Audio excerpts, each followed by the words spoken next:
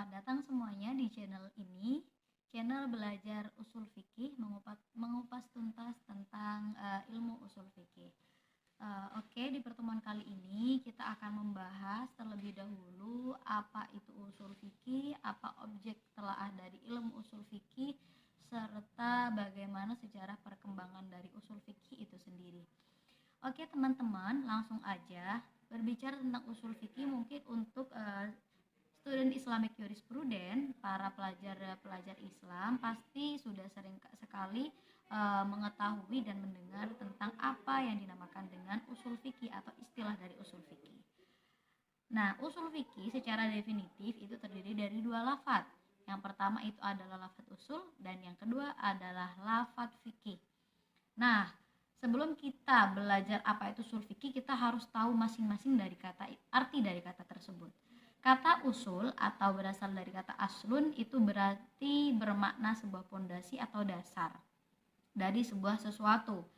Sedangkan fikih itu diartikan adalah hukum-hukum syariat yang didapat dengan melalui metode ijtihad. Sehingga kalau dua frasa tersebut digabungkan menjadi satu, yaitu kata usul fikih, maka memberikan makna bahwa ilmu usul fikih adalah sebuah studi yang membahas tentang dasar-dasar pengambilan hukum ijtihadi dari sebuah hukum syariat, seperti itu.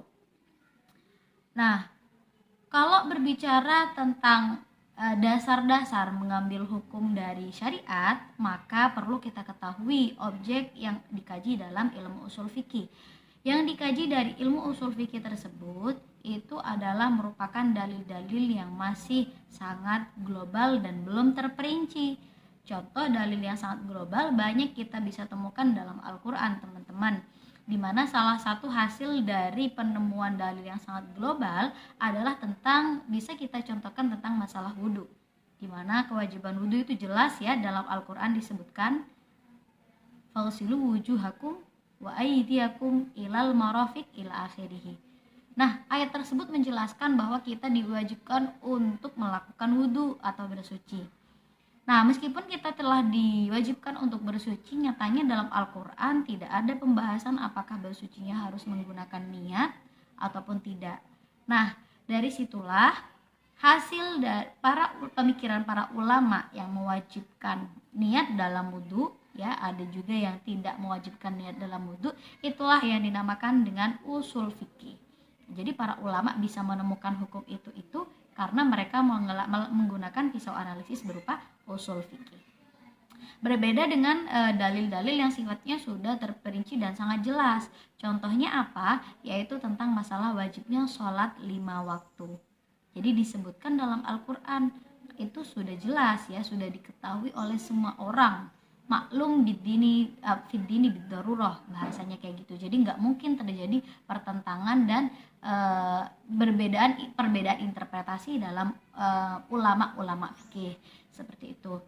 Nah, dari objek telaah itu kita bisa ambil pemahaman atau bisa ambil kesimpulan bahwa ilmu usul fikih itu akan menjadi pisau analisis bagi dalil-dalil yang sifatnya masih sangat global, sehingga membutuhkan interpretasi dan pemahaman lebih lanjut dari para ulama ahli fikih.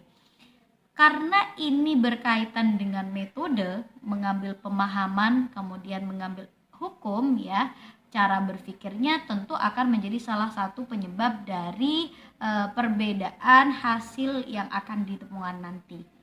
Maka ilmu usul fikih ini menjadi ilmu yang sangat kental dengan adanya perbedaan. Karena dari pisau analisislah ketika nanti terjadi perbedaan teori analisisnya, maka tentu nanti untuk hasil dari analisis tersebut akan terjadi perbedaan antara satu ulama.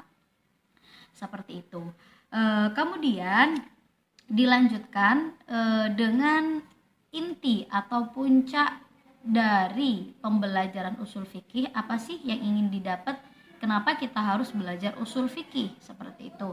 Nah, tujuan mempelajari ilmu usul fikih ini adalah agar seseorang mujtahid itu adalah orang yang berkompeten dalam penggalian hukum agama Islam yang tentunya orang-orang yang mempunyai kapabilitas yang cukup ya, baik itu dalam segi gramatikal bahasa Arabnya, ilmu tafsirnya, ilmu Al-Qur'annya, ilmu hadisnya dan sebagainya.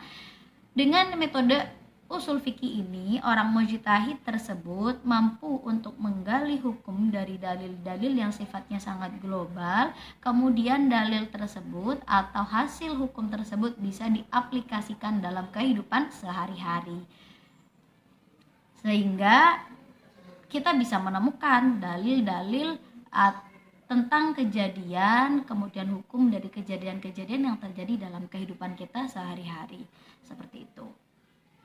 Nah, berhubung ilmu usul fikih itu adalah tugasnya menganalisis dalil-dalil yang masih global, maka yang dimaksud dalil di sini itu bisa berbentuk Al-Qur'an atau berupa Al-Qur'an dan juga berupa Al-Hadis. Karena sebagaimana kita tahu teman-teman, Al-Qur'an dan Al-Hadis itu tidak mungkin bertambah untuk saat sekarang ini, karena sudah tidak ada nabi setelah Kanjeng Nabi Muhammad SAW. Kemudian Kanjeng Nabi Muhammad juga sudah tidak ada di kehidupan kita dalam sehari-harinya, sehingga hadis akan tetap sebagaimana dulu, kemudian Al-Qur'an juga tetap sebagaimana dulu. Padahal kehidupan kan terus berjalan, fenomena yang terjadi dalam kehidupan manusia selalu berkembang dan bertambah, sehingga dengan adanya metode usul fikih ini dapat menginterpretasikan ulang dan mencari hukum-hukum kejadian yang baru terjadi di era-era sekarang ini. Seperti itu. Banyak contohnya seperti misalkan hukum jual beli online, kemudian hukum misalkan tentang investasi syariah dan sebagainya. Itu banyak banget yang hukumnya diambil dengan cara metode penggalian hukum dengan menggunakan usul fikih. Kemudian selain itu, berbicara tentang usul fikih dan objek telaahnya, lanjutnya kita akan berbicara tentang perkembangan usul fikih, ilmu usul fikih. Ilmu usul fikih ini sebenarnya sudah ada dan diterapkan sejak dari masa para khalifah atau masa para sahabat. Karena pada saat Rasulullah telah meninggal, tidak mungkin menanyakan hal-hal yang baru terjadi dan tidak dijelaskan secara detail dalam Al-Quran dan Al-Hadis kepada Rasulullah. Sehingga hal inilah yang menuntut para sahabat untuk bisa menggali hukum itu sendiri dari Al-Quran maupun Al-Hadisnya. Jadi ilmu usul fikih juga telah diterapkan dalam masa sahabat, meskipun pada waktu itu ilmu usul fikih belum menjadi disiplin ilmu yang tersendiri. Kemudian setelah masa sahabat, ilmu usul fikih juga kemudian diwariskan pada masa tabi'in dan juga diterapkan untuk mencari hukum-hukum yang belum dijelaskan secara detail dalam Al-Quran dan Al-Hadis. Kemudian begitu juga di masa tabi'ut tabi'in, periode-periode selanjutnya. Seperti itu.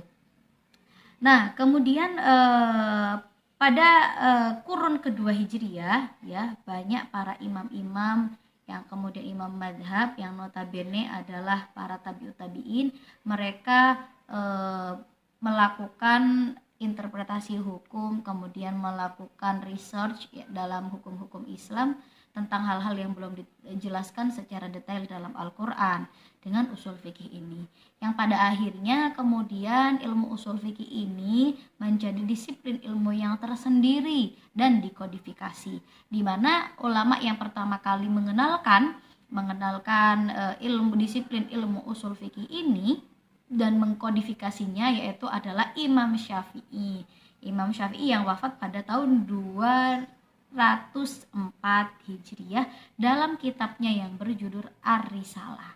Jadi kitab Ar-Risalah Imam Syafi'i merupakan kitab pertama dari usul fikih yang ada. Seperti itu. Nah, kemudian setelah tadi sudah dikodifikasi oleh pertama yang melopori itu adalah Imam Syafi'i, kemudian usul fikih mengalami perkembangan. Jadi mulai banyak ulama-ulama yang tertarik untuk mengkaji usul fikih, kemudian juga banyak yang mengkodifikasinya.